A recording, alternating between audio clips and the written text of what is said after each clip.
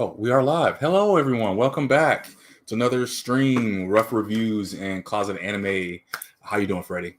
How's it going? Pretty good. Pretty Good, good. good. It's been a little bit. I've been busy. Freddie's been busy. We've just been really busy, guys. But we're gonna try to get back on it and give you some really fun videos. So today we got a real one. Pop the balloon. It's the same stuff we do. We love it.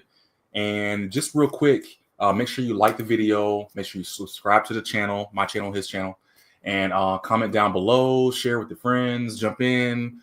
Give us some conversation. Tell us what you think. We love all that stuff. Also, before we really get into it, there's been a big like thing going on the last couple of days. I'm sure a lot of you have heard, if you like the Pop the Balloons format videos, then you've heard of Arlette Amuli and BM and their Pop the Balloon. That's probably the most popular one out of all the variations. Well, now they have been copyright striking everybody, like copyright claiming anything that has their video in it, and it's kind of jarring because I think maybe in the last 10 years since the whole reaction video thing has been going on, um, it's kind of been like a real what's the right word, cultured environment of being able to react to people's videos, and there's a certain level of understanding of share the love, share who you got it from, and react to the videos as long as there's a certain amount of stopping and commenting and changing the material where you're adding something to it. That's the whole creative realm, and that's how it works. But they've been striking everybody, and it sucks because one of my favorite ones that I watch is T Pendel. I'll watch the regular Pop the Balloon with Arlette, and then I'll watch T Pendel's right after. So that's two times I'm watching the same video. And now it's kind of like, dang, I'm not going to get that commentary from him anymore. We can't do it anymore with that particular show. So I thought it was really crazy. But I have one good reason as to why I think it's happening. But before I go any further, Freddie, you have any comments on that or anything? Anything you want to share from your point of view? Yeah, it's it's just the way that the system is for the most part. People are okay with you, reviewing and looking and commenting, doing commentary over their videos, when they're, small to medium, and then once I think a creator gets to a certain level, then they're through with that. Like they they want all of the soul viewership from everyone, and I think you might actually end up leading into it.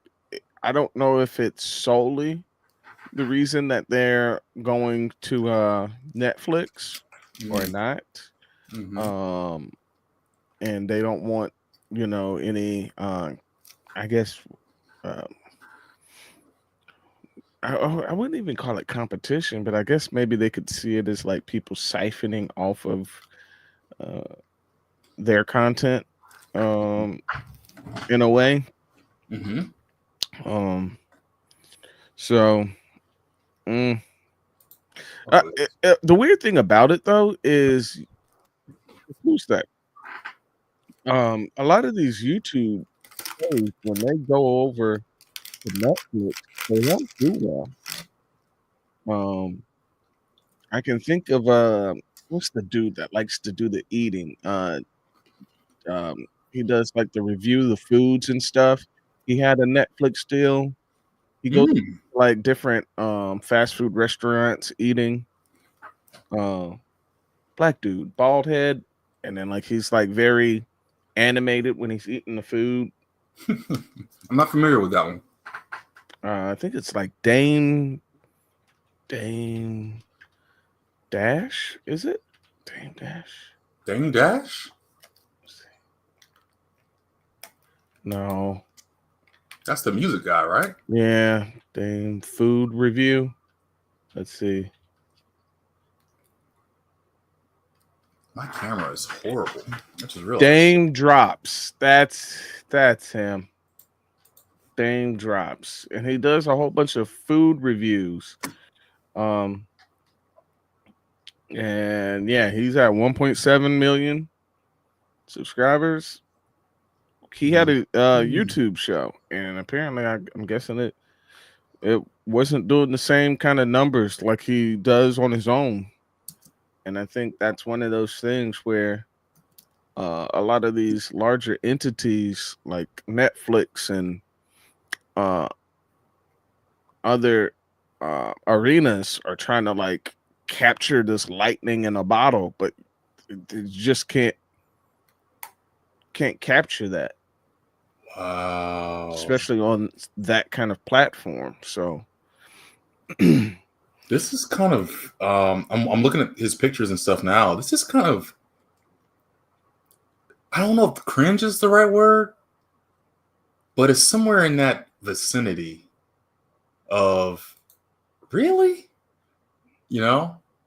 like really. I guess it makes sense. Wow, they got comic book characters and stuff now.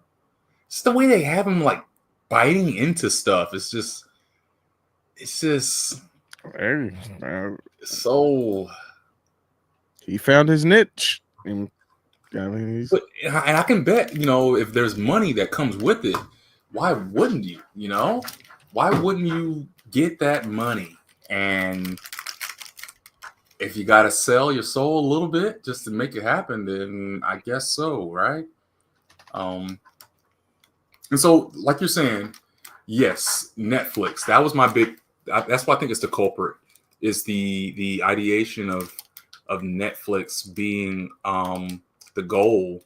It's them changing their concept of sharing and their concept of the culture of the YouTube forum and reactions, because a lot of people are highlighting right now how BM said specifically in the first season, hey, thank you for watching our videos and commenting. We see you, we love you, we like it, and all this kind of stuff. And then as soon as Netflix starts getting a part of it in this later season, now everything gets copyright claim. And it's kind of sucks, man, because it's almost like you thought they were different. You thought they were the ones. You were the one. It's here we go. Movie reference.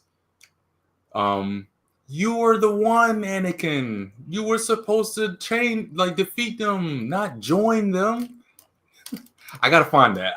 Reference or something and post it for y'all. But yeah, it's Anakin Skywalker. You were supposed to destroy the Sith, not join them. And yeah, I mean, I don't think they're bad people or anything. I think it's business, all business. It's business. Yeah. It just sucks because they started a YouTube phenomenon. Well, no. Let me take that back. I was literally just watching a video. They did not start this YouTube phenomenon. They just did it the best. And have you actually? This is a good point. Have you watched the YouTube Pop the Balloon? The YouTube or the Netflix? Netflix. My bad. No. I've heard not so good things about the Netflix version. What'd you hear? I heard that it's very like Hollywoodish. It doesn't capture the same kind of just ordinary, regular, the uniqueness of it. Mm-hmm. So I haven't seen it. I'll take a look and see.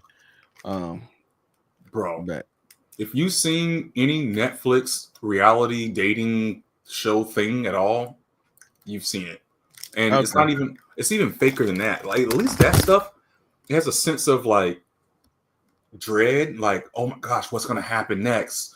I really liked him, and he didn't, he kissed Angela, but I thought he liked me, or whatever, or the game shows. I don't know if you've seen The Mole. Mm-hmm. It's like, oh, who's the mole? We gotta figure it out. It's the same guy that was on the dating show. like last week. It was like, oh, are these people professional reality show people? You know, they get paid to travel and do these shows, and it's not real genuine. Well, oh, I'm sorry, I ate that cracker. Netflix has capitalized on that. They're using those same people from their shows in the Pop the Balloon. Okay. So it's like,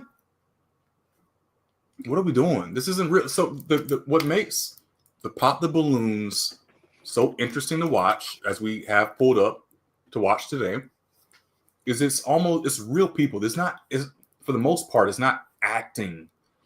Is it as genuine as meeting somebody off the street and getting their reaction? Not all the time, because sometimes those people are just as plastic as the show that you're putting on. But they're not scripted. They're not professional reality show people. They're sometimes they're pulled in. They're given a balloon, and yeah, sometimes the lineup is a bunch of 20-year-olds who think your shoes are dirty, so you're not good enough to date me. Like, you're not tall enough, so you're not good enough to date me. Okay, it's funny, but it still has a sense of entertainment to it. The Netflix show is like, as soon as it comes on, it's like, hey, everybody, welcome back. And today we have our contestant here. Where's he at? And he's like, ho, ho, ho, I'm here. Oh, man, you popped the balloon on me. It's like, what?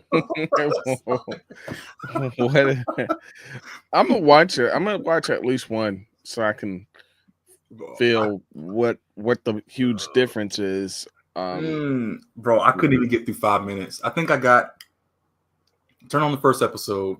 And like I said, the first guy comes out and he's like, oh, yeah, you popped the balloon on me, but I've seen you last time. And you, I was just like, I'm done.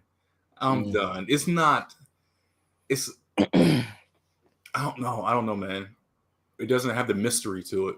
But yeah, check it out. Let me know what you think. If you get through more than 5 minutes, I would love to get your opinion. But I wonder, my thing is, maybe I don't understand TV and internet enough, but I don't understand what Netflix has to do with the YouTube as far as the monetization. Why do you need to start striking everybody else about using your content? It's not on Netflix. I know if we stream something on Netflix right now, it will be, oh, copyright. This is licensed content. Even if we show a commercial or whatever, I try to stream stuff during my reviews and I had to stop because everything was getting tagged. I don't understand what that has to do with. None of it is on Netflix, so why is it being tagged unless it's going on Netflix? No, I haven't the slightest idea other than the Netflix. They're probably, we're like, hey, you're a brand entity now. We don't want, anyone else using your content other than just you, because it might reflect badly on your brand. I'm just trying to reach for an explanation right now. That's the only thing I can think of. Yeah. So, and that's another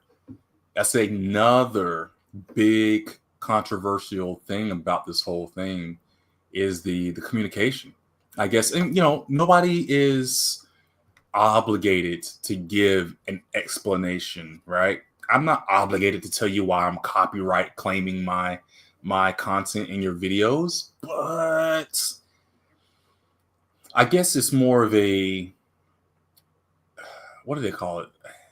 I can't use military terms. I'm thinking like, I don't know if you deploy and they use certain terms in military. Reach around. Have you heard of that? Maybe it's more a maintenance thing. Yeah. But basically, there's a certain kind of like bro code of, hey man, let me know like you're gonna copyright claim, or let give me an explanation as to why. I don't mind if you do it, but you didn't tell me like it was good. a year ago, but now all of a sudden you're changing your mind, which Mm. you have the right to, but It'd just be nice. it'd be nice. It'd be nice if you know, never mind. I'm not gonna say military stuff, but yeah, just wanted to talk about that real quick, comment on that a little bit. But yeah, anything else at the No, moment? no. I do have some other stuff. We might not even get into the actual review by the time we're done talking about this pre things, but I wanted to go over an anime I've been watching. Okay. Did we talk about Frieren? Yes. Yeah. Definitely. That was in one of my countdown lists. Yes. Did we talk about me watching it though? No, I don't think you watched it. Well, I haven't finished watching it, but I started watching it. Okay. I got through, I think, the first maybe it was 5 or 7 episodes. I think it's like 24 episodes, 28 episodes, or something like that. Mm-hmm. And I like it. I like it a lot. It's not my favorite thing out right now, but Okay. Yeah, that's fine. it's a little slow. It does have a build up to it. Yeah. But I thought it was going to be different parties. I thought she was going to have different parties throughout the whole thing. But from what I'm seeing so far, it seems like the party that you meet in the beginning where they were young and everything, and she's an elf and she's kind of like I wouldn't say emotionless, but it's almost like without care of what's happening to their friends until they start dying off, and until they start passing away and getting old and stuff. And she makes the comments, and it's kind of like once they're gone, she starts really realizing it was like, oh yeah, I forget it's been like a week or two since I watched it. Mm-hmm. But it's like, oh, the mage guy. I think it's the main mage guy. It's like, oh, he was here before, and it's a statue of him. It's like, oh, he did do this, didn't he? The one guy, he was kind of like to himself. It was like, oh, it's like a realization or something. I'm like, oh, so that's what this is about. It's not about her finding new friends and them dying, and then them, new friends and dying. It's like she's reminiscing about her old party. Yeah. And for them, they were in the moment. They were like, hey, we're gonna miss you, and it's good to see you, and all this kind of stuff. And it's like, well, I won't be here for another 50 years like you were like 50 years ago, but he's like, this will be our last time seeing each other, or something like that. And then, like the next scene, they're dead. Yeah. Damn. Yeah. But like, because time for elves is experienced a lot different. So for her to just be like, yeah, I'm about to just go off and do some research for 100 years. I think I'll be back in the next, 75 or 100 or so. And like, they're just like, yeah, this will be our last time seeing you. Like, yeah. To her, it's just like, oh, wait. Oh, man. Like, you humans live very short lifespans. I think even some of the other race, I think right now in her party there was only just the humans, her, an elf, and a dwarf. Yeah. Oh wait, I took that back. Was there? No. Yeah, a dwarf.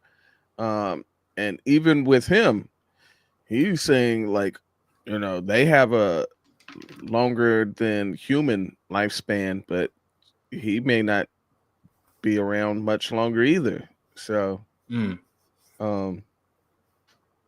it's interesting how, I guess to kind of bring it back to like, she's almost experiencing life like a human would, to just be living in the moment. And elves are usually just live for the lust of knowledge. They're always wanting to just learn and learn and learn and throw themselves into learning magic, learning the craft of magic.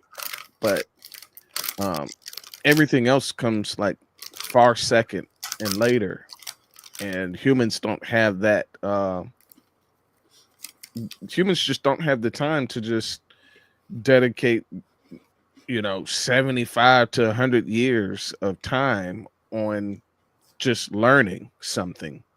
So humans have to learn to be more crafty and to deal with their strengths and weaknesses, which she's learning that her apprentice that she has now, Frieren, Mhm.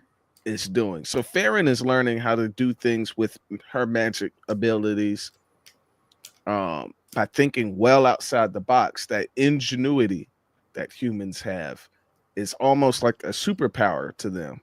Yeah. And so she's like, wait, hold on. Like, did she just do? And like, she came up with like different techniques to use things. And she might not have the same mana output as an elf Hmm. or as I think there was a battle where she fights a demon.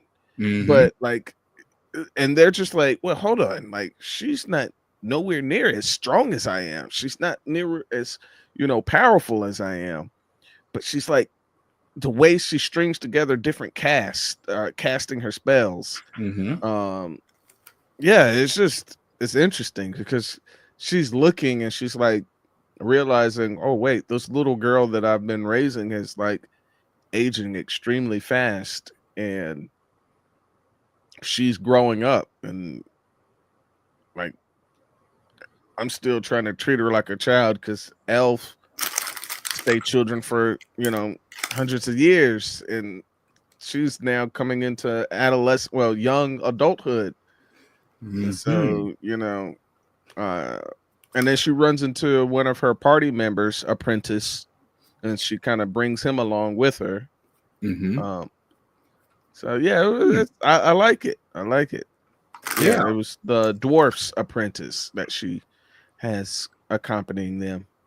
Oh, so I haven't gotten that far yet. Then it sounds like so. I've gotten as far as what you're saying. She met the young girl. So I guess this young girl was the apprentice of this green haired guy. Um, I don't know if my mouse is there. It is. So when it began, it showed like this guy was seen in the blue hair seemed to be a little bit more prominent. Yeah, Um, he was the leader of their team. he was the leader. Yeah. Okay. And it showed him when he was old and he's like this short little round like dude with a big beard. I was like, wow, they really show.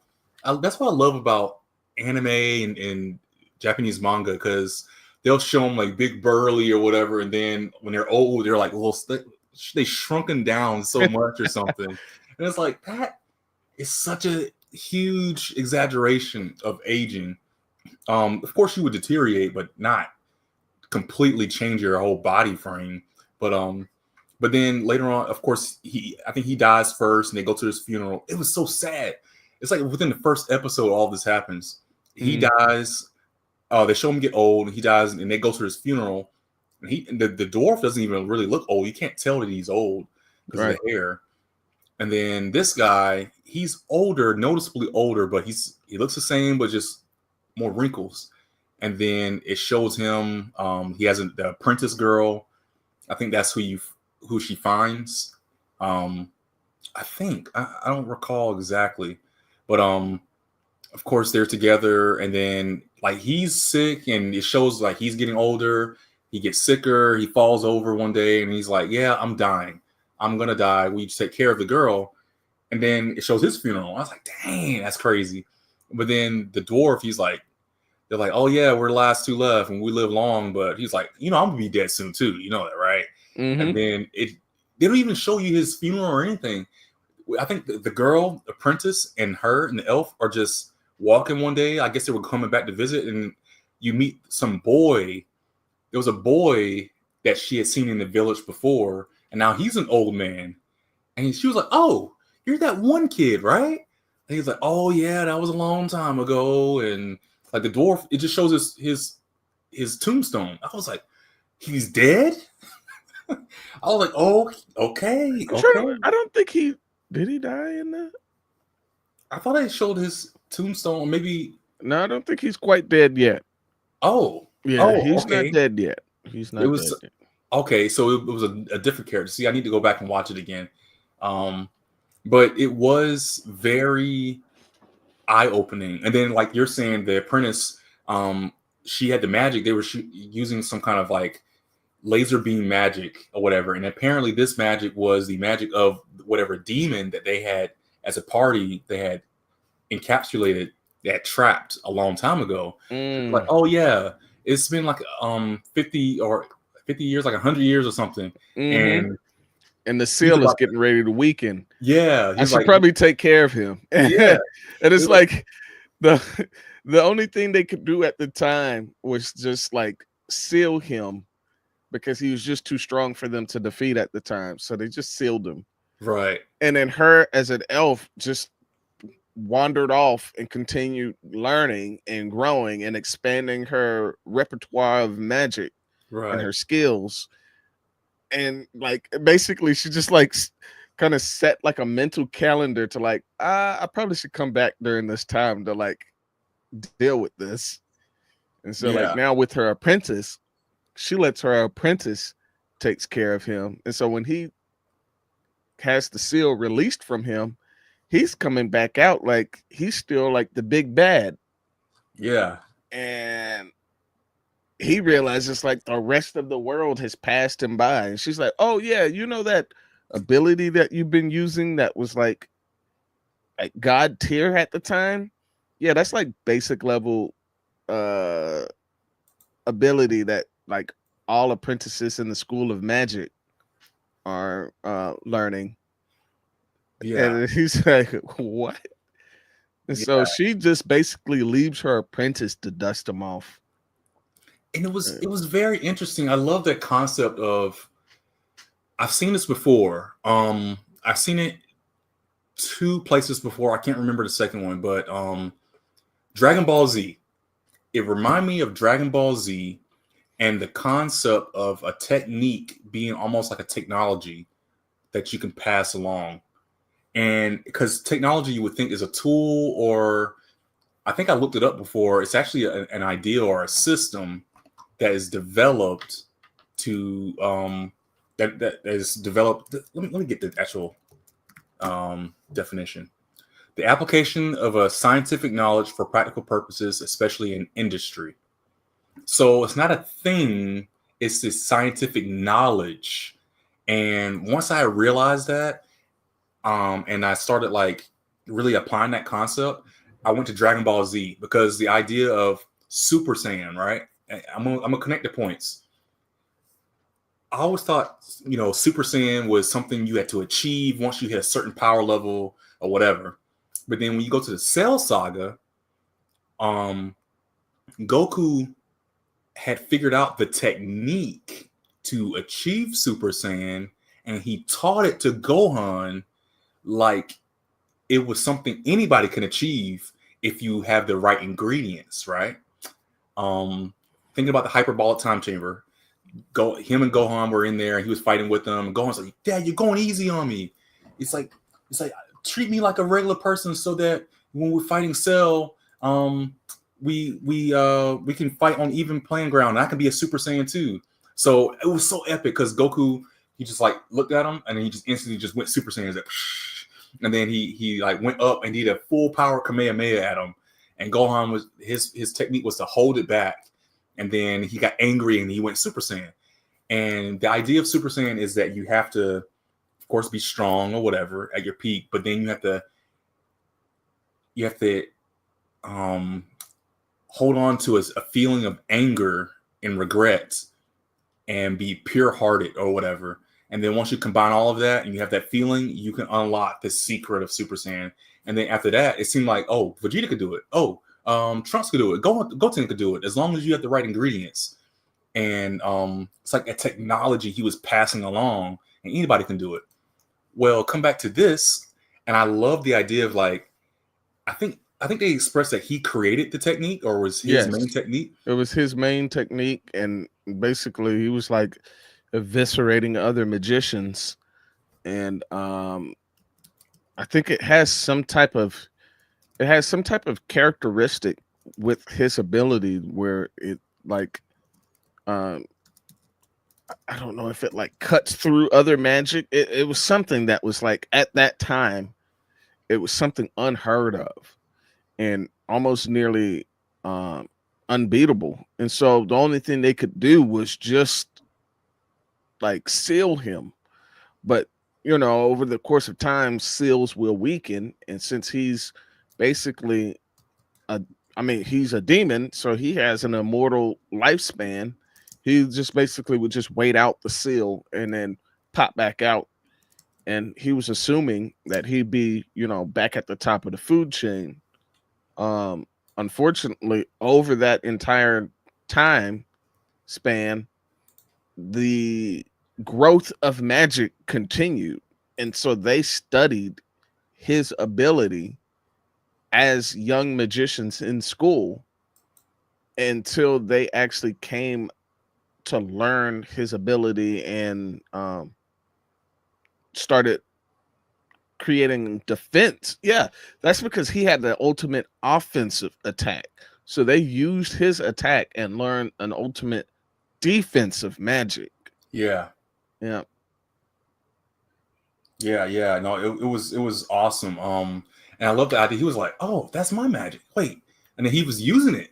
He was using it still. It was like he had nothing else to do because, like you said, everybody had passed him by. He's still using the same techniques, analog, and they had already come up with the digital, and they have figured out ways to counter it and to do it better and stuff. So and I love the way they showed how the apprentice. I think what's the elf's name again? Frieren. Oh, Frieren. So she was like, "Hey, shoot that tree or whatever across the ridge." And the apprentice was like trying to shoot, but she didn't have enough mana or whatever to shoot it all the way across. And then showed her growth, like she kept going further and further. And then showed Frieren, she just like shot it one time and was like, "That's how you do it," or whatever. But I love to show how the growth happened. And like you said, she used different techniques instead of having the shield. She had the shield right in front at first when he was shooting the beam at him, and then I think he had changed it where we're shooting like a bunch of small beams, and then she was able to like make it surround him, and then like at pinpoint all the different the targets. It was interesting. I wanted to see if I could bring up. I know we're kind of past the point already, but I want to see if I could bring up the Dragon Ball Z version. I don't know if it's going to be. I don't know if it's going to be a crazy copyright strike thing on this one, but I figured I could at least get to the point where I don't think this is it. I wanted to find that.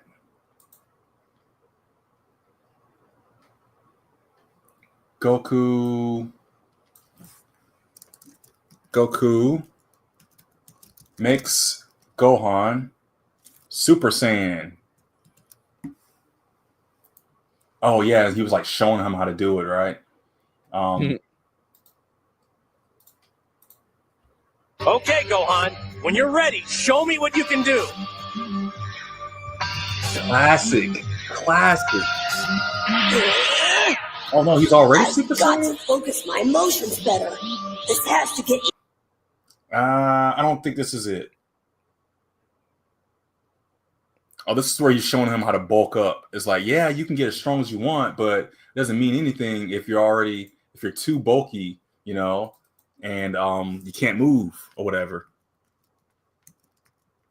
But yeah. While I look this up, is there any other animes or anything else you've been watching lately? Oh, yeah, I'm watching a lot of different anime. Let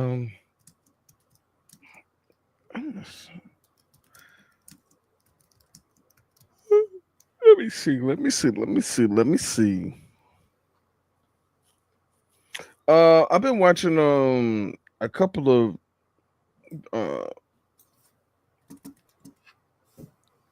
of the My Hero Academia spinoff, Vigilantes. Oh, there's a spinoff now? Yeah, they got a spinoff where it just follows like these three characters. They're not heroes. They're vigilantes.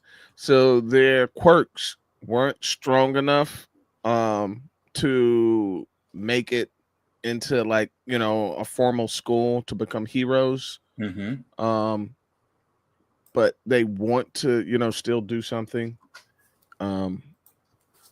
like in their community, and so they form like a vigilante team. And actually, one doesn't even have a quirk; he's quirkless. And another one, he has the ability called like slip and glide, where he needs to make 3 points of contact with a surface, and basically he can repel or attract himself to a certain point. So he basically looks like he's gliding on all fours. So he has like his hand and his he's like in a prone position, almost like he's crawling on the ground, but instead of like just moving his hands and feet, they stay firmly planted, and he just slides like around on the ground. That's he just has like a mobility quirk. Basically, that's what it is a Slides mobility on the ground. Oh, Interesting. and then the other one is called Pop Step, and she wears like these little succubus outfit. And she has the ability that she basically doesn't she can bounce off of any surface. So actually, I take that back. Not bounce. She can leap off of any surface. So she has to actually perform a jump in order to leap off of it. That's her here. Yeah. She can leap off of any surface, you say. Yep. So okay. And this is what would you call him? He goes by the moniker the Crawler. The Crawler. Yes. Okay. He couldn't come up with a better name. So and the funny thing is everyone keeps calling him the Crueler, because he wasn't able to come up with a name fast enough off the top of his head. So I see he's doing the same look like Deku did. Mm-hmm. So I guess that's gonna be the new thing. Like that's the thing. Like just gonna keep that going. He's like Deku. He's kind of nervous, but he's like all powerful with his different way. Actually, not yet. I have no idea what is going to happen with his quirk. Because it seems pretty mid at the moment. It sounds mid. But he ran into, so this takes place like well before a lot of the time period of Deku right now. Mm-hmm. So that's the one thing that's going on right now. This is before like All Might is still like the number one hero at this time, followed by number 2. Like they're all in existence. Like none of the main heroes had died from their battle with All for One.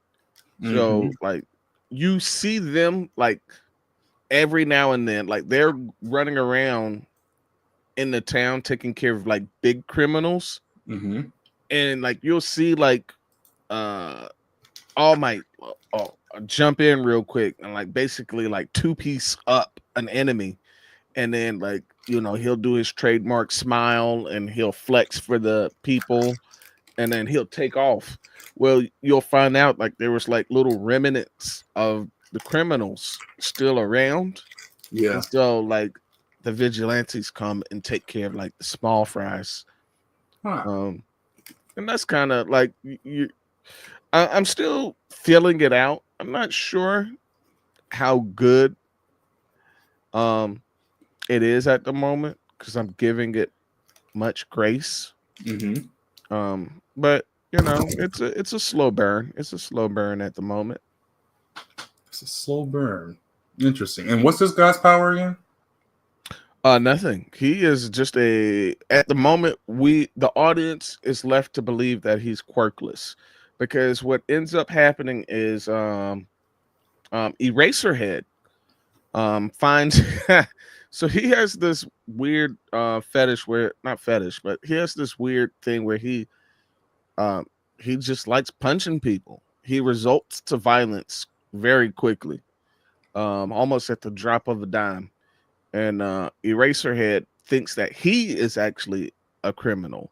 And so he starts fighting with Eraserhead, and Eraserhead uses his nullify eyes on him. He's like, oh, he must have some type of enhanced endurance ability, or maybe he has an enhanced strength ability. Let me nullify that real quick. And then like dude just keeps coming, and he's like, whoa, hold on, that didn't affect him at all. Yeah.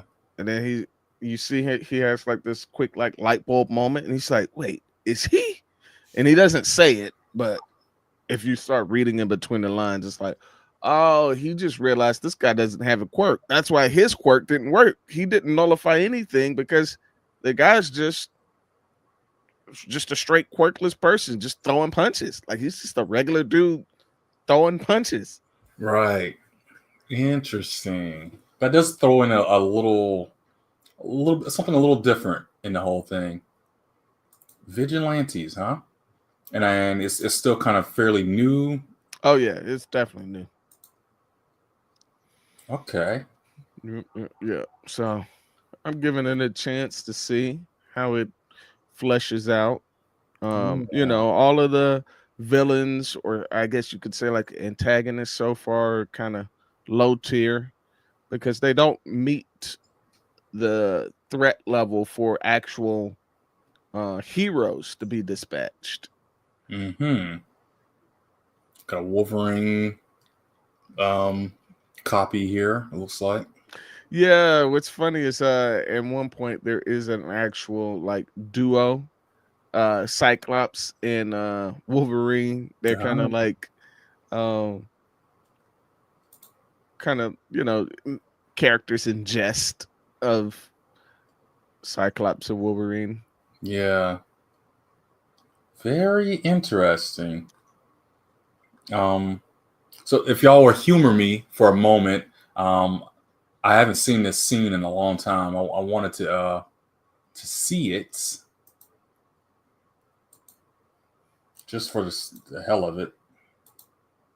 I thought it was one of the coolest scenes ever. It's now or never, Dad. Don't hold Boy, back. that animation is It's wild looking at. I remember thinking that was crazy good. This is what we grew up on right here. Right here.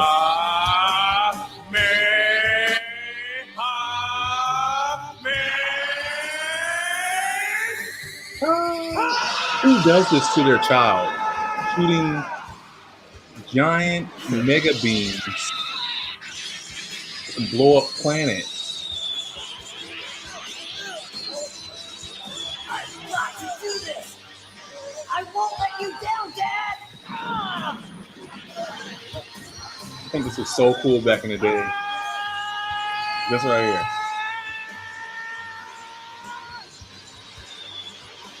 Hey, how old was Gohan? Gohan was like what? No. Was he even 10? Down my whole life. Yeah. Flashbacks. And then right here. Going to lose them all.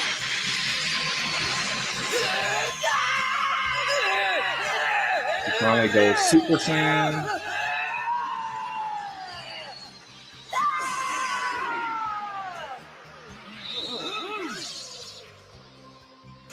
And that's it. So, you know, just commenting on Gohan real quick. He had the biggest, didn't he have the biggest growth spurt? I mean, think about it. He went from being weaker than his dad, technically, in the very beginning of the series. I mean, he catches up and hits Super Saiyan along with him, and then surpasses Super Saiyan to get to Super Saiyan 2 within days of achieving just the first level. He hits the second level. I would say he had the biggest growth spurt and unfortunately the biggest fall off at the same time. And the biggest It's like, yo, this man is now like in business suits. Like, what's up with that? How that happened? He's holding a briefcase. Now his little brother's dusting off people more than him. Like, Yeah. And so with that being said, I don't know how much you keep up with Dragon Ball Super and Dragon Ball Zero. Zero. Yeah, I keep Oh. up with it. Not at all. So you haven't heard of?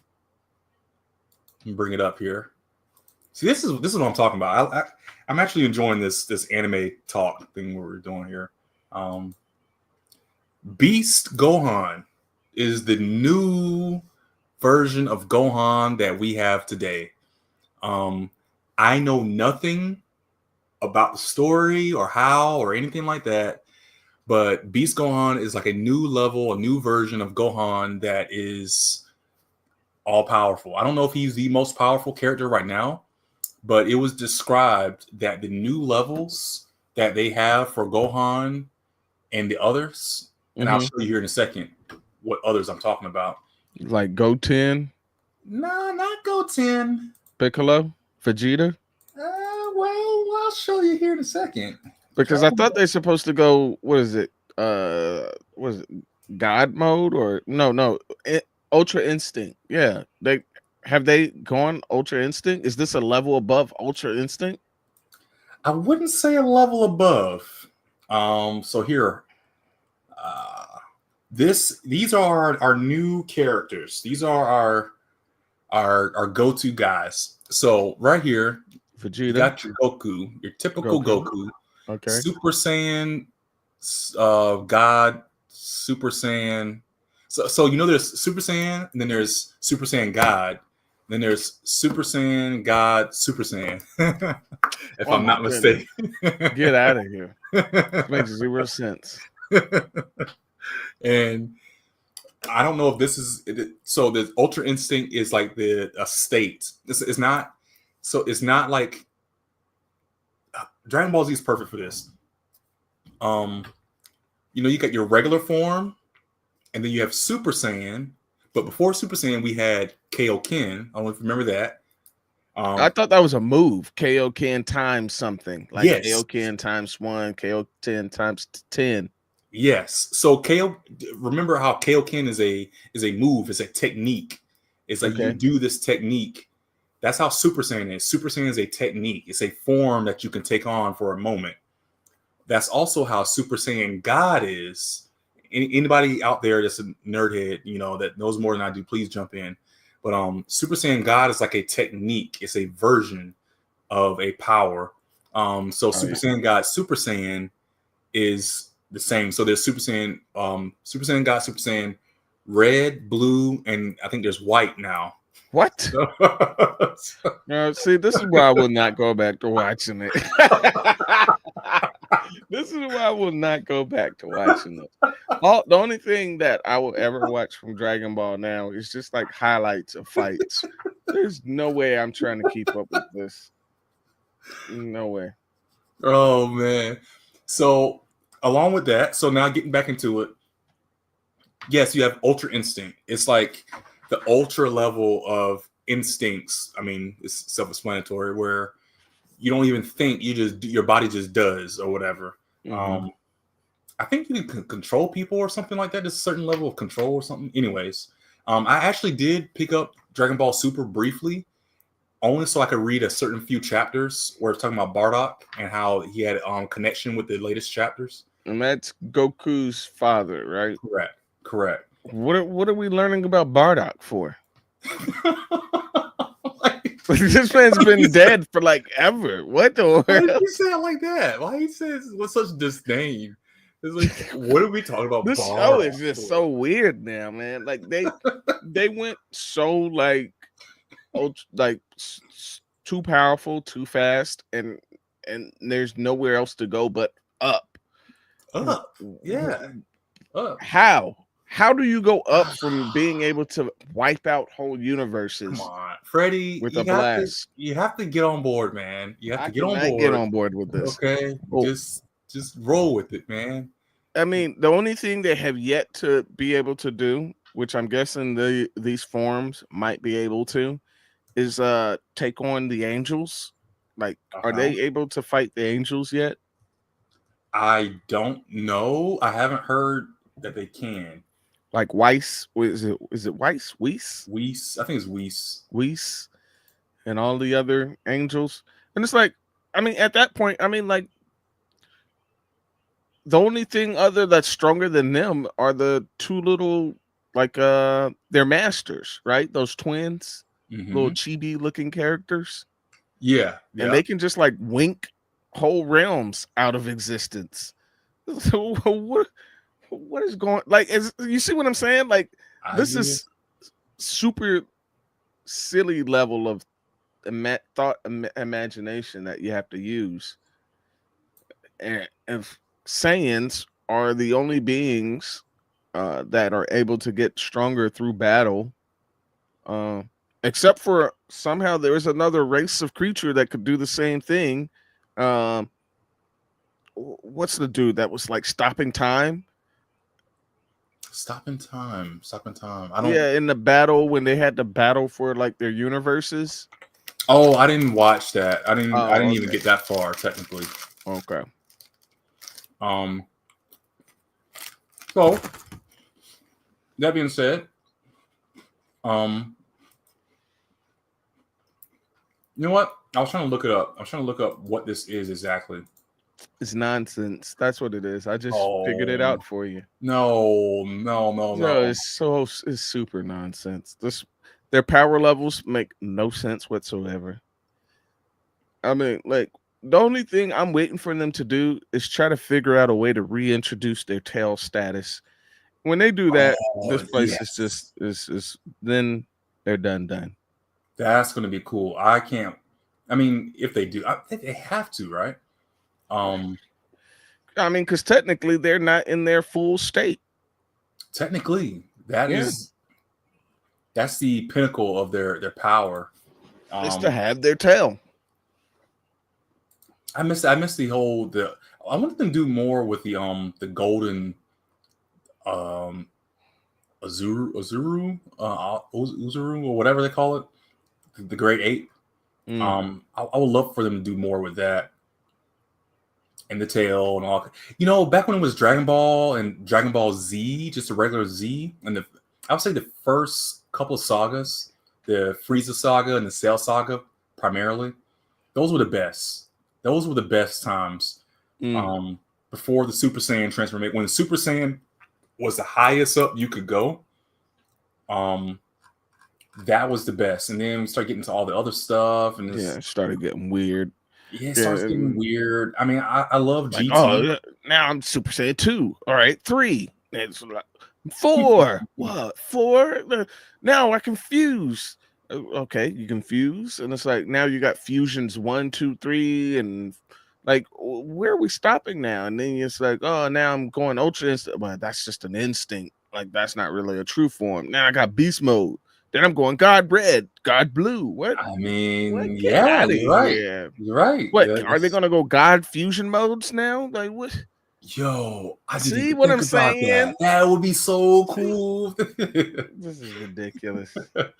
um, And I think we brought this up before. Here's my other critique on why this formula that they went into doesn't work.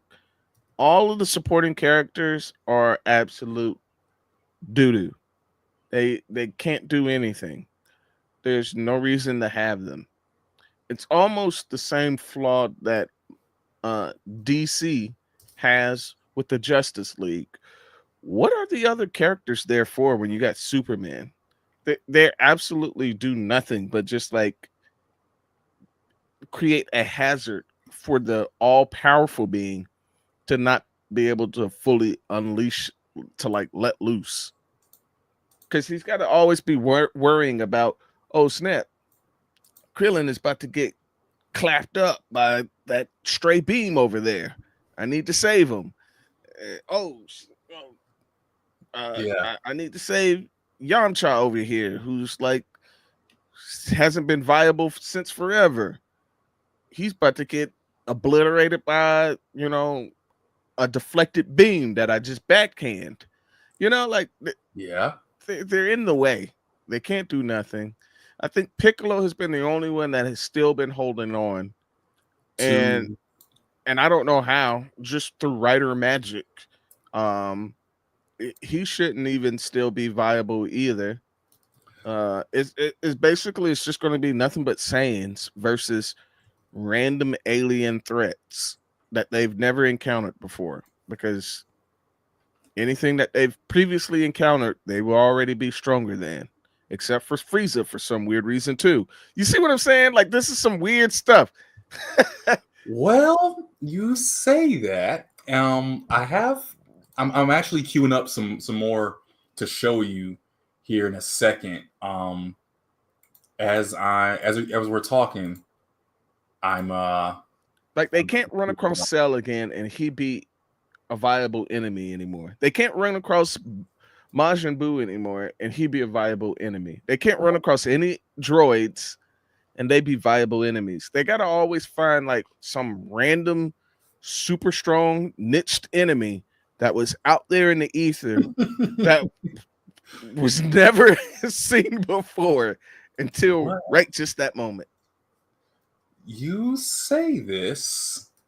I can't, as you're saying this, I can't wait to show you. I can't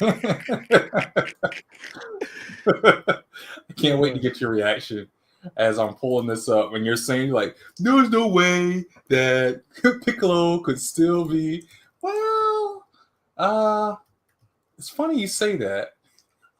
I mean, it's only through the grace of writer magic that he's still viable. None of the other teammates are anywhere in the category of being viable anymore. All right, let's just see right here. Let's see. Dragon. While you pulling that up.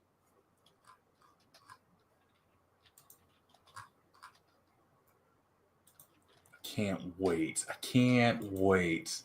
to show you this. It's gonna be something like absolutely boo-boo. Okay. All right. So, starting with Goku, we're gonna go back to Goku. What we have here, good sir, is a perfected Ultra Instinct Goku. That's where the white hair is coming from. This is on par of the angel that you were talking about. So the angels. Oh, here. Let me go back. This is the completion of the secret of the self-centered. Is a powerful divine transformation that harnesses the complete power of autonomous Ultra Instinct as a direct step up from the incomplete Ultra Instinct sign. Angels are always in a state of Ultra Instinct. The angels you're talking about, Whis, though they can turn it on and off as they choose. So this is Goku in his Ultra Instinct version. Oh, he can even make like energy forms of himself. See, I had an idea for something like this where you could use your energy, your aura in and of itself, and project it out as a physical form. Looks like they've already kind of gone that route. But see, now it kind of goes beyond what Dragon Ball Z was cool for in the first place, in my opinion. You lose a little bit of that magic, but this is to me, this is a whole new anime. This is a whole new manga story doing this kind of stuff. Yeah. I love the idea, I love the concept, but it takes away from what we want, what I liked about it initially. Obviously this is against a certain enemy here. Moro. Looks like Moro is who they're fighting with this perfect Ultra Instinct stuff. Some random alien race that's out there that's stronger than the other races for some reason. And this is Whis in his Ultra Instinct form. All right, so going to the next one. Our next person here is, I actually read this in the manga and I thought it was really cool and it works so well. I think you'll like this one. It's Vegeta, Ultra Ego. What the heck? What the wait a second. Give it a chance, because Ultra Ego is the secret of self-indulgence. Is a powerful divine transformation used by Vegeta that utilizes Ultra Ego ability of destruction. So in the actual manga, I thought it was really cool because it showed Vegeta fighting. It's like him and Goku were both losing. It's like, we can't beat this guy. We can't beat him. And then like Vegeta unlocks it and Ultra Ego. And it's like he was getting beat up. It's like the guy was beating him up and stuff, but he just kept going. It's like, yeah, the more you hit me, the stronger I get. You know, it's like a reverse Hulk or something. Basically, like that. It was the pride of it was the sin of pride. Yes. I love it. This is silly.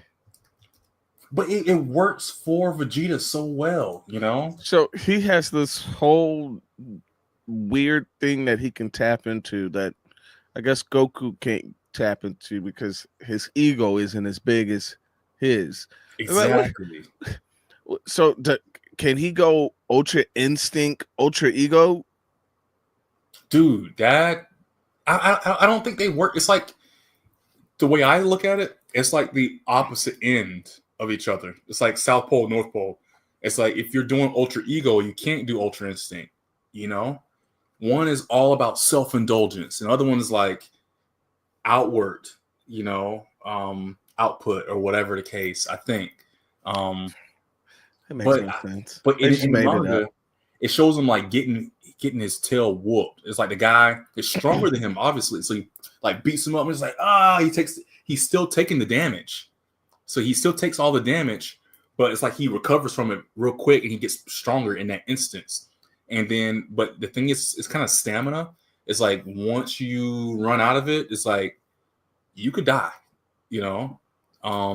It's almost like a Kaioken. It's like Kaioken is like a sudden burst of energy for that one, it's like 5 seconds, and when you come down off of it. But if you use it too much, it could destroy your body. That was kind of the concept. And I was like, oh, that's neat. He got his own thing. It's different, you know, but I can see the contrivance of it. I can see how you could say, you know, it's silly. Now, this one was new to me. It's Orange Piccolo. It's Orange Piccolo. It's a transformation that is an evolved form of the power awakening state used by Piccolo. See, here's another thing, right? They be going into all these forms. Here, this is another problem I have with this. Yeah. An entire planet. Now let's just think about how many people live on the planet Earth. An entire planet of Saiyans, an entire planet of Namekians, and not one over the course of their entire history has ever obtained any of these states. Never. That's where I got a problem. That's where I got the problem. They are just the trendsetters that are blazing forward as the last of their species to like unlock all of these new abilities. Get out of here. Orange Piccolo. Namekians have gone orange. No Namekians. Like, well, next he's gonna go purple. And it's like they've never changed. No one else has obtained these abilities in the millions of years. Their species has probably been, or hundreds of thousands of years, their species has been in existence. He could. Silly. That could be the next. That could be the new Piccolo. The next Piccolo. So silly. And it says, what I thought was, well, I'll save it for the end. But it says that he gets noticeably taller and bulkier. Obviously, he looks like he's more hunched over, more broad, and stuff like that. And his skin is orange instead of green, because we know Piccolo's green. Looks like his antennae go up too. I don't know if that's I noticed that personally. But it says, well, I don't know. But then coming back, here's our fourth guy that we already talked about a little bit, Beast Gohan. His unique form outside of is unique to Gohan outside of the Dragon Ball Xenoverse 2, and when utilizing his form, it's referred to as Gohan Beast. It was given by Piccolo, obviously, that's his surrogate father. His hair just gets bigger and spikier as his blade hair is going on here. It's like Super Saiyan 2, really. Usage and power is an evolved form of his ultimate state. So, because Gohan did go Ultimate Gohan back in Dragon Ball Z during the Buu saga. That's when his power was unlocked even further by the old Kai. Stemming from Gohan's continued awakening since he was a child. He keeps getting awakened. It's like, stop sleeping all the damn time, It's currently his strongest form. Piccolo believed just prior to Gohan achieving this form that he would be the strongest in the universe. And promotion for the film, Toriyama referred to Gohan as being far stronger than anyone, or so said. So, I mean, everybody's, kind of hitting the. It's like you're the top, you're the top, and you're the top, comparatively. And the last one, and we've known about this for a little bit. It's kind of not new to anyone. Is Broly? He's the fifth one that we see on the cover. He's another prominent Saiyan in the Dragon Ball universe again, I think. But his power is called the Legendary Super Saiyan. It's his own Super Saiyan all by itself, It's an extremely rare and powerful it's an extremely powerful and rare Super Saiyan transformation that appears once every 1,000 years as a berserk state. So I remember in the movie, I don't know if you've seen the movie where Goku had the Ultra Instinct, and it was the Broly movie. I think it came out like 5 years ago or so, when Broly was reintroduced into the canon through Super, and he had like a green uniform. It was actually a pretty good movie. I think I went to go see it in the theaters, actually. So this is our old school Broly from the old movies, and this is the newer Broly that is canon now in this show. I like it. I like him. I like that they brought him back in. He gave him a new outfit, a new look. He is his own, standing beside the rest of the team, rest of the lineup. And I misspoke. This is the old Broly with the collar and everything like that. And then that's the new Broly. Still with the collar, still kind of the same concept a little bit, but changed up. So let me go back to that cover. So that kind of explains all five. And it was explained, I think I saw it this week, that these 5 people on the cover here are roughly the same power level. They are comparative to each other. Now, Goku doesn't stand at the top by himself. From the way I hear it, obviously he's still going to always be at the top. But they're trying to say that Piccolo is caught up. Gohan is caught up. Broly and Vegeta have always been like number 2 right there. But yeah, it's becoming more interesting. You're like, I'm not buying it. I'm not buying it. No. Something else I wanted to show you. You were talking about Cell and what would happen if he was brought back in some sort of form. Well, there you go. Cell Max. Is it? Because you were saying it. And I can't wait to bring this up. Cell Max is a bio-android, an improved version of our boy here, Cell, created by Dr. Hito, that guy. And for the revived Red Ribbon Army. That makes sense. Red Ribbon is where Dr. Gero came from in the first place. He's the final antagonist of the Dragon Ball Superhero and the Superhero Saga. So it's in the manga. He's back. He came back. I'm sure he's dead again. I want to see what Yamcha. Where he at? What he doing? Oh, you want Yamcha? You want Yamcha? Where's TN? Where he at? What he doing? It would be cool. Where's Chaozu? If they actually, you want Yamcha? There he is. There's.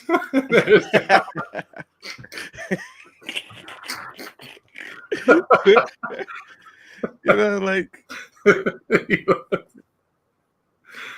It's the same Yamcha you had from the beginning of Dragon Ball Z. There you go. Hope you're happy. There's Yamcha. He hasn't gotten any stronger. exactly. Where's Tien? Oh, you want 10? I want to see want the Tien? what was the ultimate beam? What was that beam that he'd shoot from his third eye? There you go. I think it was the Tri-Beam. Oh, he's an alien? No way. He also possesses a He's few a non-human trisops. traits. Alien trisops. It's an ancient group of three-eyed aliens from which Tien is descended. Oh, so he is an alien. I always wonder why he had a third eye.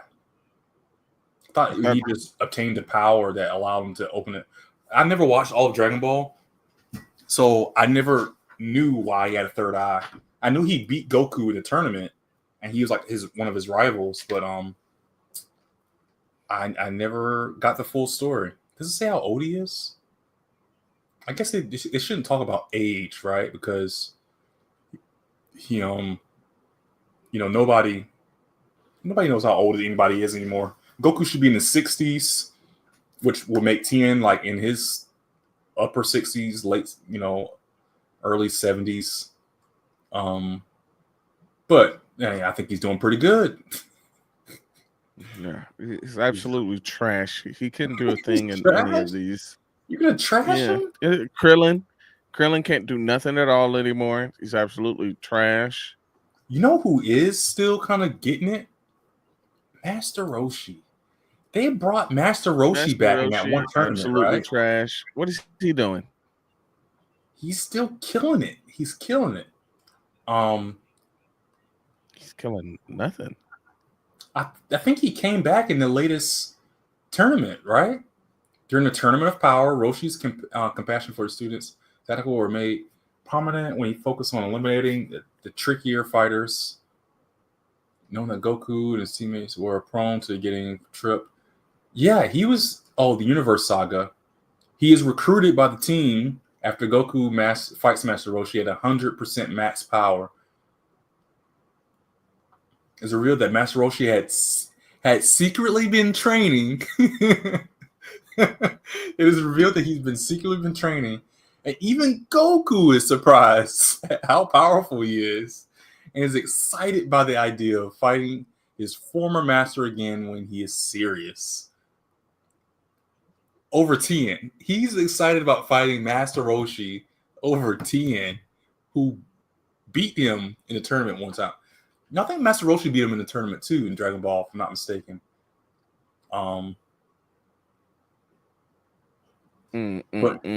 But yeah. Absolutely. We're not done yet. We're not done yet. There's one more. You said something. Shoot. You said something about enemies can't have any new, just finding more new enemies out there. Majin Ku is a newer enemy that we have. Later known as King Ku, he's a Majin created by Marba, by this guy right here. He's a Majin. Using the Cyberman seed. So he's like a Cyberman mixed with the Majin stuff or whatever. This was in the Dragon Ball Daima that was on the on Netflix. Did you watch that? No, you didn't watch that. Neither did I actually. But he's a new demon that came around and was threatening. So I thought I would share that with you. Hot garbage. Okay. Yep. But yeah, there you go. There's all the stuff. There's all the different anime and stuff. Oh, I did have one more I wanted to tell you about. This is the last thing I have for you.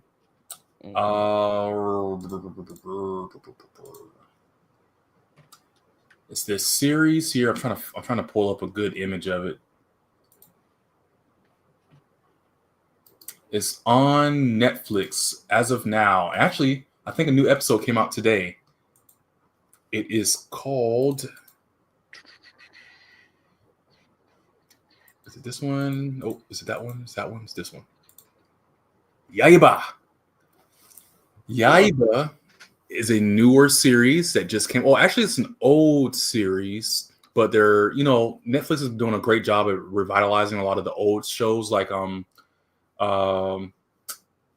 this one, like this Baki. They did Baki, and they also did another one, Rama One Half.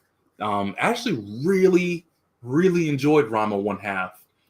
It wasn't my thing years ago. I was like, man, I don't care about no gender bender anime manga. But when you watch the Netflix version, it's actually pretty funny. And they make a whole thing out of it that's really funny. It's really great. So when it came with Yaiba, I was like, I like the style. It's very foreshortened, in your face, kind of like with this right here, this whole like in your face kind of style. Like what's this other show that you're probably familiar with? At this point, it's kind of old school.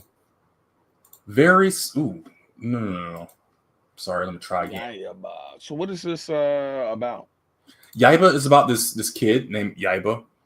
He's in the middle there, and he lives in like the wilderness with his father or something like that. This guy right here, and they are constantly training like the sword, like the whole, the stick or whatever, like just fighting and training and stuff like that. So he finally comes to school, a suburban school, and he meets this guy at the top who's also like another sword fighter, but he's very determined. He's like the strongest in the school. And finally Yaiba defeats him just barely. He just manages to grow enough to defeat him. And out of his self-doubt, and now he's been defeated, he goes and finds this sword, this ancient sword that actually possesses him like a demon spirit. And he becomes this demon man with the horns and stuff, and becomes evil and like this great powerful villain or whatever. And his sword is like has an element to it of wind, I think. And he comes back and defeats Yaiba, and Yaiba's like, we have to stop him, we have to defeat him, I beat him once before. So Yaiba eventually gets his own version of the sword. It's a thunder sword, has electricity and stuff. So now he has his own, and it's these crazy battles, and they're fighting each other, and all these other characters come into play as well. The battles are very super dynamic. It's a really good show. It's all in Japanese, unfortunately. It's all subbed. There's no dub. But I really think it's worth watching. It's worth looking and getting into. It reminds me a lot of Kill la Kill. Okay. Yeah. Kill la Kill is this very much in your face style. You see these very exaggerated body types and stuff like that. How the characters just kind of come alive, and they have their own styles that they put into it that she has to defeat somehow. I would almost say you would almost think it was made by the same Studio Trigger, but it's actually not. It's very reminiscent of. If I could find a strong fight scene of Yaiba, I would love to show y'all.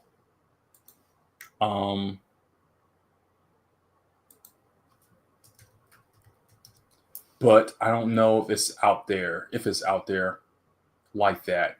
Yaiba. But yeah, if y'all get a chance, it's on Netflix right now. It's doing the weekly release kind of thing, so it keeps you invested. And I'm excited to see what else they come out with next. So yeah, definitely check it out. Oh, okay, all right, interesting. Yeah, I've been as far as they got the season 3 of Fire Force that's out right now, so I'm watching that. Okay. And I've already said the Vigilantes, and To Be Hero X. So To Be Hero X. Yes, this is a very interesting concept for this anime. Whoa. So this is almost kind of like The Boys, in the sense of heroes are made through like corporations. Um, and essentially what happens is someone will do a heroic deed or will do something, and everybody kind of has the potential to become a hero. What happens is the population, it's almost like a mix of The Boys and like an episode from Black Mirror. Mm. Because people, through their belief in you, can power you up.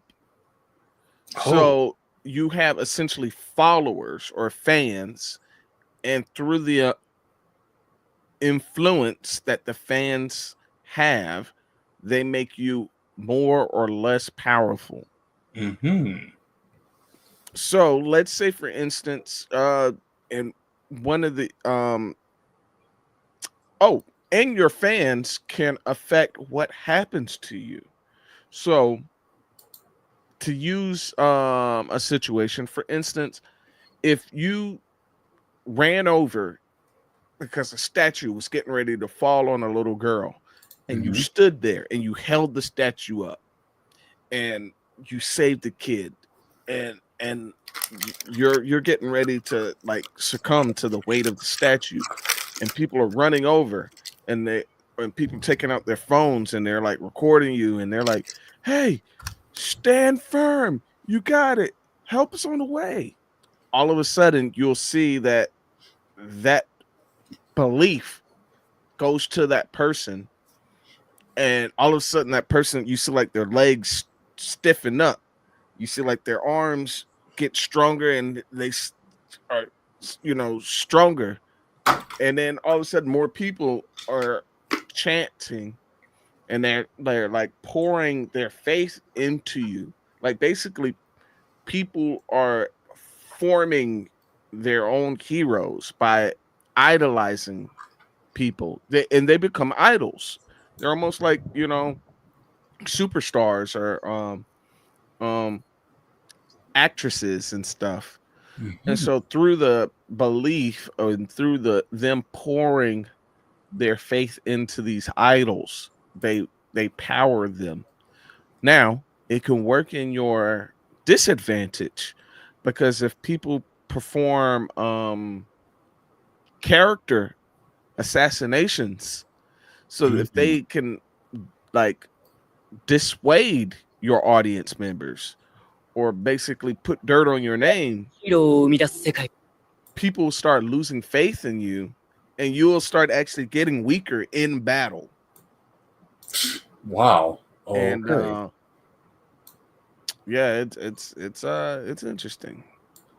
But is it all one through story, or is it like Black Mirror, where it's different That stories? is what's the fun part. It starts off, you start feeling like you're getting super invested in this one character, and then you realize, oh, it's following other characters. Like it leaps around to where you're experiencing other characters um, come into their um, power or come into their own as a hero. And じゃない。 and 何千人もの and 信頼を it's 背負ってい not る。 they don't shy away Cover from dark stuff, man. It gets real, and it gets gritty quick. Episode 1 smacks you in the face with the reality. 殺されても仕方がない連中だけだ。 It sets the tempo on, oh, yo, they go in there real quick, and it does. Like episode 1 starts off out the gate with ここはお前の a 出る幕じゃ crazy ない。 experience happening to the to what we start off as our main protagonist. Hmm. Very interesting. I'm really intrigued now. And it's only on Crunchyroll, it looks like.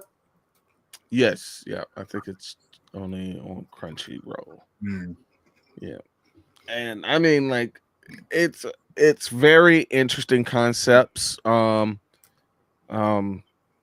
like how, like your character as a hero, you can be getting ready to go and do something, but your audience is telling you, no, don't do it. It's a setup. Like, don't go in that building. And the character wants to run in that building because somebody's in there. He's trying to do something, but the audience is like, no, it's a setup. Don't do it. And then you see him trying to go, and then he stops, falls flat.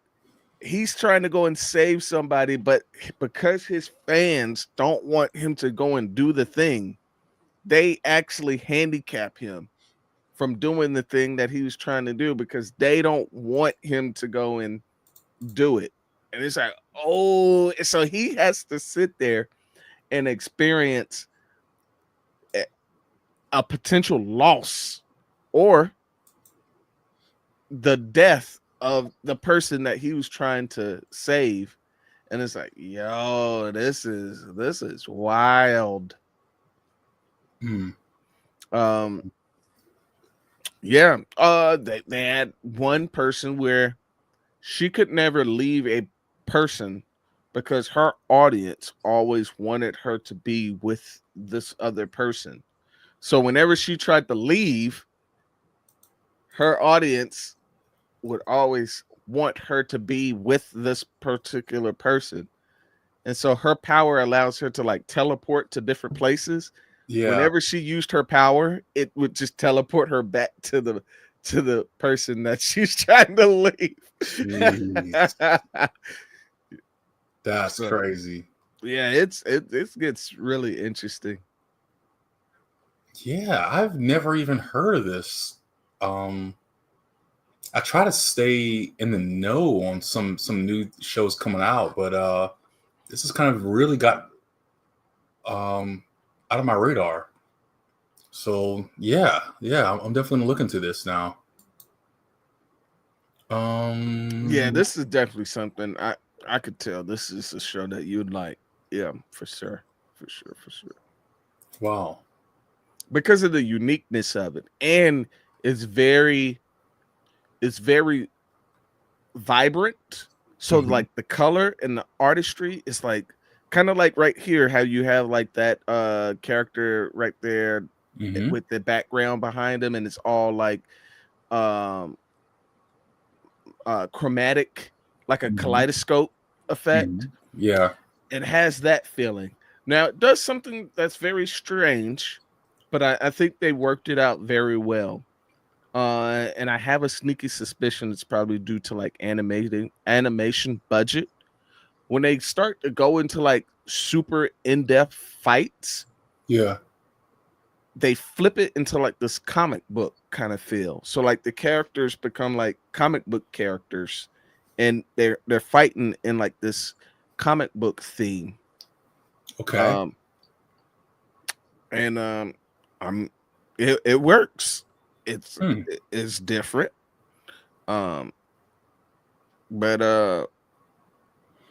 yeah, I mean it just adds a little more to like the uniqueness of it. But everything else is kind of like that 3D kind of Final Fantasy kind of generated look. Right. Only when like they jump into like crazy fights, like they go into like another mode, and then like when they get ready to like conclude into the fight, they pop back out into like the Final Fantasy rendering. Okay. Yeah, I'm not a big fan of this style kind of thing that I see in some of it, but I'm much more of a fan of the 2D. Yeah, it jumps into like the 2D mode when I love this. Yeah, when they're in the fight, they go into like that comic book. Yeah, where you use like the dots to break up certain colors. Kind of like what is it? Into the Spider-Verse, the comic book kind of. Oh, look. Is this going into the fight here, or is this? No, let me see if you go back up. There was just this.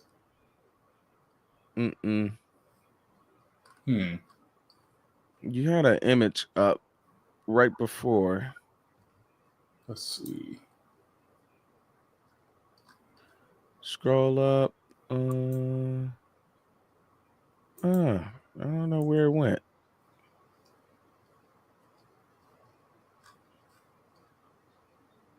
This here, maybe? No. Hmm. Yeah, but yeah, the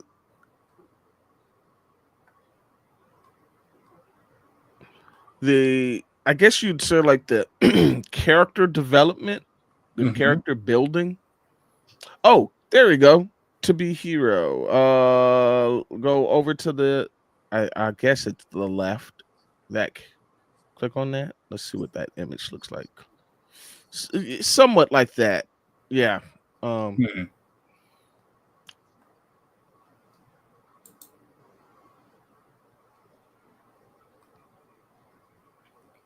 This here? Yeah, that's another where they go more comic booky. The dark outlines. Okay. Interesting. Look at these. Why they do these? What in the world, man? These reaction faces and stuff. Okay. Trying to see if I could get a sneak peek at something.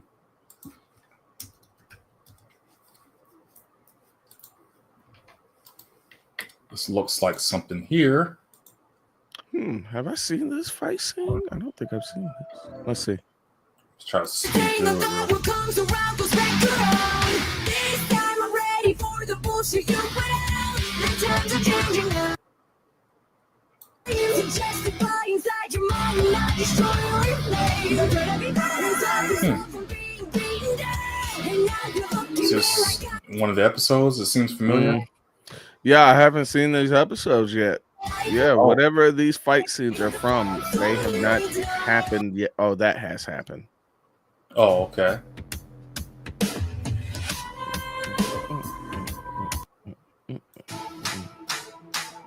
Yep, and then like on their wrists, you can see your power gauge.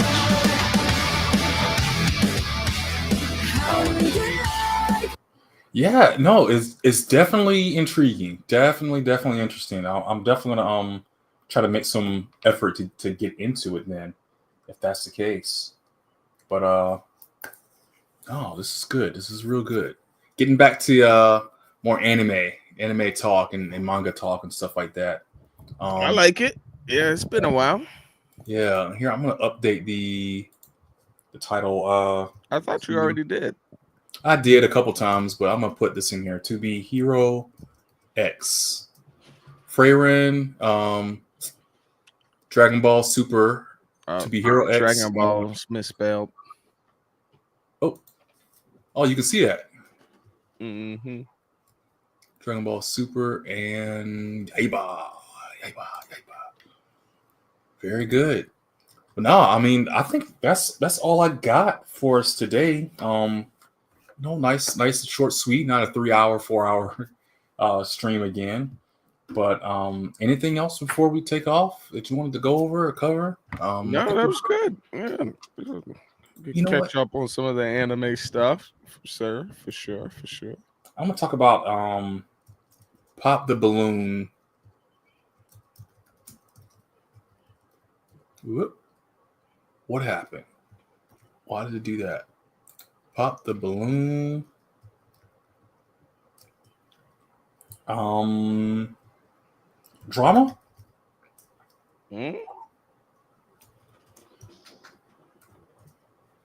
Oh man. Okay. Guess you can't make a super long title. Pop the Balloon.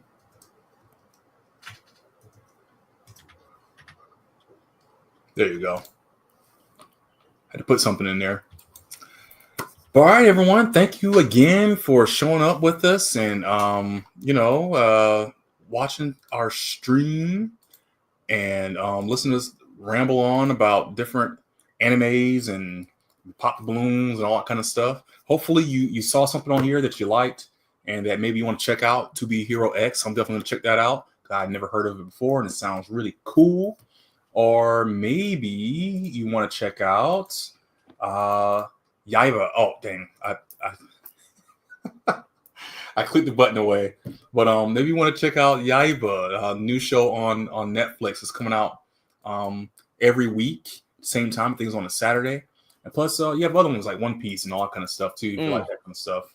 And Frieren, that's on Netflix as well. Oh, also Samurai X. I've been watching that too. Rurouni Kenshin. They brought that back out on Netflix too. So check that out. But thank you again. Make sure you like the video. Make sure you subscribe to the channel. Check out these cool videos that we have on our channel. Check out Closet Anime, what's on his channel. And make sure you share and comment down below if you like this. But that's it. That's all I got. Thank you, everyone. Sounds good. Have a good one.